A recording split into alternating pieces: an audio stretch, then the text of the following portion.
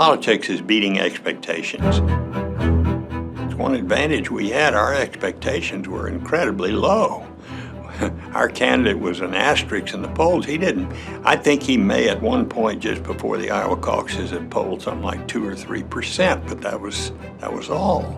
If a candidate does less well than is expected, whether he's a front runner or anyone else, it's going to signal something to the national media. Iowa did it before.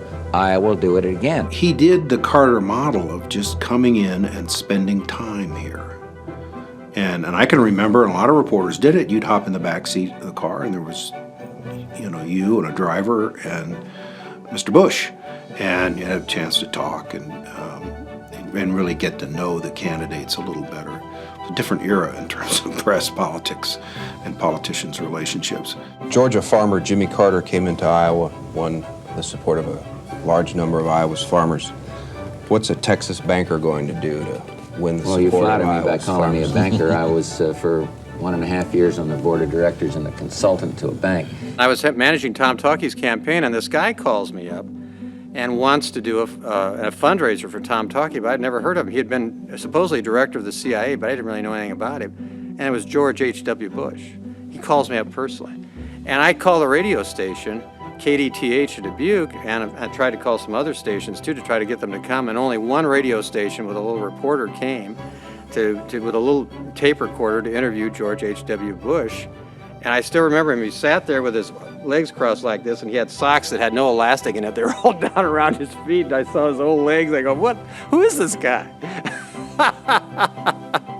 But he had obviously made a commitment at that point to run for president, so he wanted to get to Iowa. Best crackerjack grassroots organization, and that's how I'm going to win. Do you think that Ronald Reagan is the front runner right now, yes. where you see the country only running? Because I pick up a poll in any of these newspapers that you all represent, and I would say I'd go with whatever it says in April or May, but that's not when the election's going to be. I had a pitch on the way to the plate. There was only one thing you can do that doesn't get in the scorebook. I had him foul it off. Former California Governor Ronald Reagan had Midwestern roots dating back to his time as a Des Moines radio announcer. Years in advance of the 1980 race, Republican activists believed Iowa was ripe for Reagan to begin a march to the nomination. But his campaign had an alternative strategy.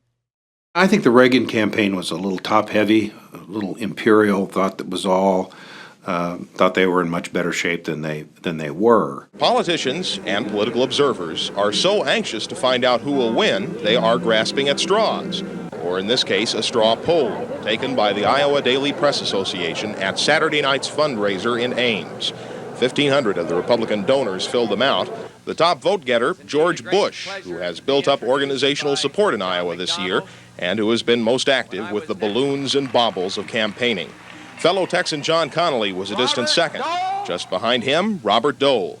The night's holdout, Ronald Reagan, polled fourth. Some observers say his absence from the Ames fundraiser will hurt him among Republican politicos. Where you have organization or you don't have organization. You have supporters that are willing to come out and support you, or you don't. And by that measure, George Bush has Iowa's inside track.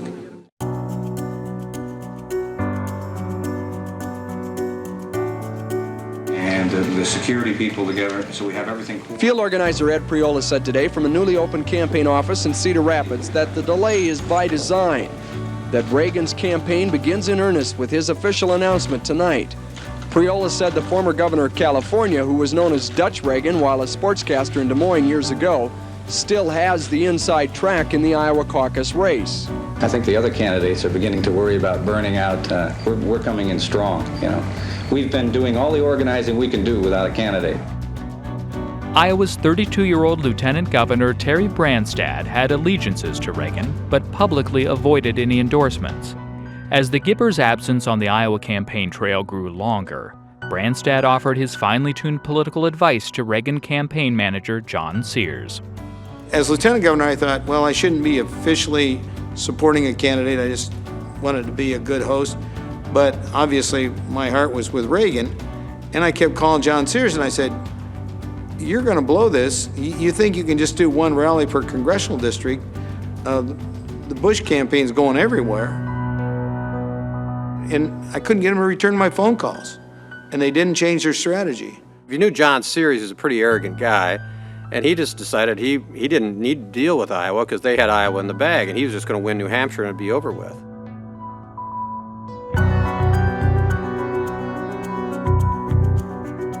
Federal government shall do only those things specifically called The pleas from Iowa Reaganites went unheard. The California governor would double down on his Iowa Light strategy, declining to participate in a key televised debate in downtown Des Moines. But they kept Reagan out of there, and he didn't go in, and they didn't have him debating in Iowa. And Sears didn't feel he had that many debates in him. We're about to bring you what many consider the first major event of the 1980 presidential campaign, a debate by 6 Republican presidential candidates. It is sponsored by the Des Moines newspapers, the Register and Tribune, and it comes just 2 weeks before the first real test of the presidential year, the Iowa caucuses. I wish Governor Reagan was here. Oh, how I wish he was here. I really don't know how he stands on the issues. I read, I watch, I listen, but I don't hear much. I don't believe being in Congress all the time is the answer. I was there long enough to know how it works, but not to be part of the problem, in my view. I wanted to correct George Bush that he wasn't part of the problem. He tried to be part of the problem, but he lost that Senate race in Texas. And I want to say to Governor Reagan, wherever you are, I hope you're having fun tonight, because we are. And if you're looking for a younger Ronald Reagan with experience, I'm here. Hugh Sadi, Hugh, from your perspective, writing for a national news magazine, what would your lead be on this event? Well, Robin, I think I would write no winners, but perhaps a loser in the absentee, Mr. Reagan. Iowa Public Television reporter Dean Borg in the lobby of the Civic Center. Dean? James Baker, who heads the Bush campaign. What did you accomplish here tonight in setting your man apart from the man who is acknowledged to be the front runner? Well, Dean, I'd be very happy to accept the analysis that Hugh and John, your commentators, just put on the whole program. I think the fact that Governor Reagan was not here will hurt him in Iowa and perhaps elsewhere in the country. We're happy any opportunity we have to appear on the same platform with any of our competitors. We were focused on was not so much what Reagan's strategy or lack of strategy was. After all, he was a hugely prohibitive favorite. He was bigger than life, the 800-pound gorilla in the race. We were focused more on what we were trying to do than what Reagan was or was not doing. But it is true that we noticed that he was not as detailed as we were in Iowa, but we also felt he probably didn't have to be. As it turned out, he did have to be, and we beat him. I know there's some risk in saying this, but now the American people understand it. We have got to strengthen rather than weaken the intelligence community of this country. I was in Iowa in 1980, covering it when I was on radio. And I was at that downtown hotel where Bush was staying. Bush got on the elevator and that morning, and he said, "I've got the big mo," the big momentum.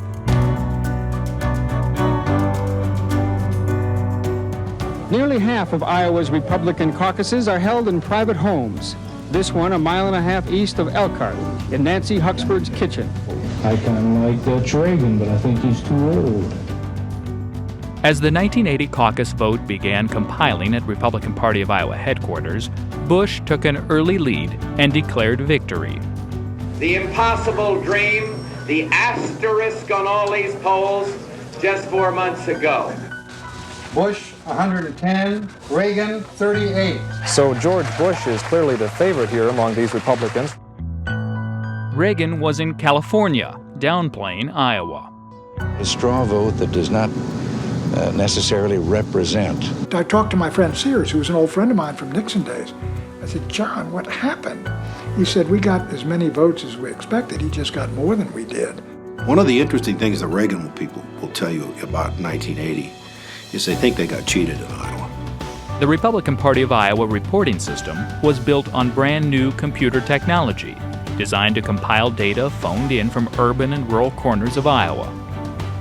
We did it in an effort to give a fast response to the many people who wanted to know what happened in 2,531 different meetings or what the strength was. And a day or two later wasn't fast enough, and this was the fastest way we could come up with. Despite the best intentions of reliability, the system ultimately failed on caucus night. We haven't been able to get very much out of the western part of the state, where we expect to be quite strong. Bush took out an early lead just as that late vote started to come in. The computers crashed, and no real hope of getting them started again. And reporters are, I got to write a lead. Bush won. Without them stopping the counting in some of these rural counties in 1980, we wouldn't have had the president. He wouldn't have been vice president. He wouldn't have been president. W would likely not have been president. Think how different American history would be had Reagan won the Iowa caucuses in 1980. I mean, the whole Bush dynasty never would have started. Reagan had overplayed his hand, and he would later write the Iowa caucuses were among the darkest days of the entire 1980 campaign.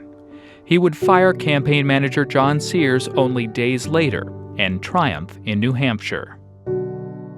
The Iowa victory catapulted Bush into the role of primary Reagan challenger, and he ultimately campaigned his way onto the winning Republican ticket in the fall of 1980.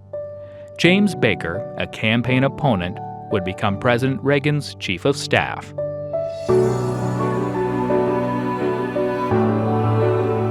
Their challenger in 4 years would begin his quest for the presidency in the same place.